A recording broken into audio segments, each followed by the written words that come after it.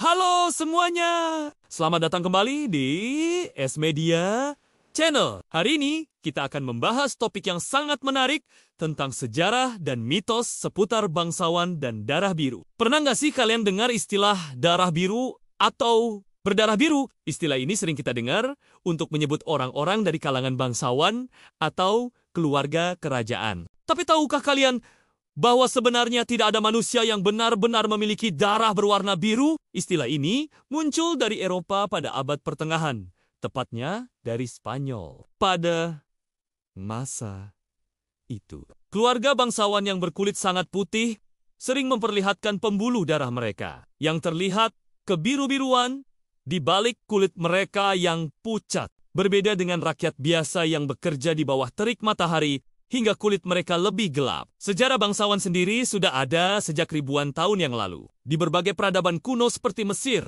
Yunani, Romawi, hingga ke Asia, sistem kelas sosial selalu menempatkan bangsawan di posisi teratas. Mereka adalah kelompok elit yang memiliki kekuasaan, tanah, dan pengaruh besar dalam masyarakat. Menariknya, banyak tradisi dan ritual khusus yang hanya boleh dilakukan oleh kaum bangsawan. Misalnya di Inggris, ada tradisi Royal Touch di mana raja atau ratu dipercaya bisa menyembuhkan penyakit dengan sentuhan tangan mereka. Kepercayaan ini bertahan hingga abad ke-18. Di Nusantara sendiri, sistem kebangsawanan memiliki keunikan tersendiri. Gelar seperti Raden, Teku, Andi, atau Sultan menunjukkan status kebangsawanan seseorang. Setiap daerah memiliki sistem dan hierarki yang berbeda-beda. Di Jawa misalnya, ada tingkatan mulai dari Raden Mas, Raden Ayu, hingga Sultan.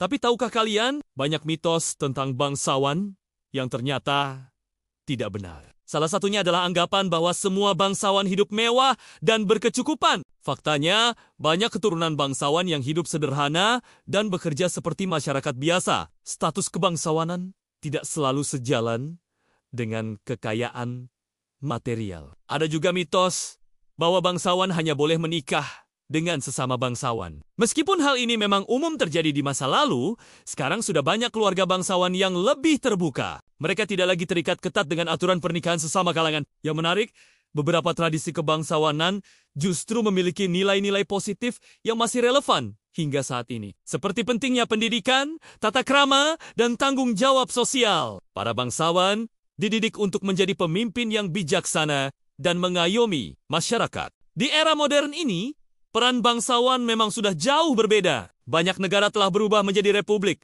dan menghapus sistem monarki. Namun di beberapa negara seperti Inggris, Jepang, dan Thailand, keluarga kerajaan masih memiliki peran penting sebagai simbol pemersatu bangsa dan penjaga tradisi. Di Indonesia sendiri, meskipun sistem kerajaan tidak lagi menjadi sistem pemerintahan resmi, keraton-keraton masih ada dan dihormati sebagai pusat pelestarian budaya. Para keturunan bangsawan banyak yang berkiprah di berbagai bidang, dari politik hingga seni dan pendidikan. Bicara soal pendidikan bangsawan, dulu mereka mendapat pendidikan khusus yang sangat ketat, mulai dari cara berbicara, berjalan, makan, hingga diplomasi dan strategi kepemimpinan. Menariknya, beberapa sekolah elit di Eropa masih menerapkan sistem pendidikan yang terinspirasi dari tradisi pendidikan bangsawan ini. Ada cerita menarik tentang bagaimana bangsawan dulu menjaga kemurnian darah mereka. Mereka memiliki silsilah keluarga yang sangat detail dan dijaga dengan ketat. Bahkan ada kepercayaan bahwa pernikahan antara kerabat dekat bisa menjaga kemurnian darah bangsawan. Tentu saja sekarang kita tahu bahwa praktik ini justru tidak sehat secara genetik. Berbicara tentang warisan bangsawan, bukan hanya tentang harta atau tahta, tapi juga tentang tanggung jawab melestarikan budaya dan nilai-nilai luhur. Banyak museum dan situs bersejarah yang masih dikelola oleh keluarga bangsawan hingga saat ini. Yang sering tidak banyak diketahui adalah bahwa banyak bangsawan di masa lalu juga menjadi patron seni dan ilmu pengetahuan. Mereka mendukung seniman, ilmuwan, dan cendekiawan, sehingga berkontribusi besar dalam perkembangan peradaban. Nah, dari semua yang sudah kita bahas, kita bisa lihat bahwa sejarah bangsawan dan konsep darah biru itu sangat menarik dan kompleks. Meskipun banyak mitos yang tidak benar, warisan budaya dan nilai-nilai positif dari tradisi kebangsawanan tetap relevan untuk dipelajari. Demikianlah pembahasan kita hari ini tentang sejarah dan mitos seputar bangsawan dan darah biru. Semoga video ini menambah wawasan dan menghibur kalian semua. Jangan lupa like, komen, dan subscribe untuk konten-konten menarik lainnya. Sampai jumpa di video berikutnya.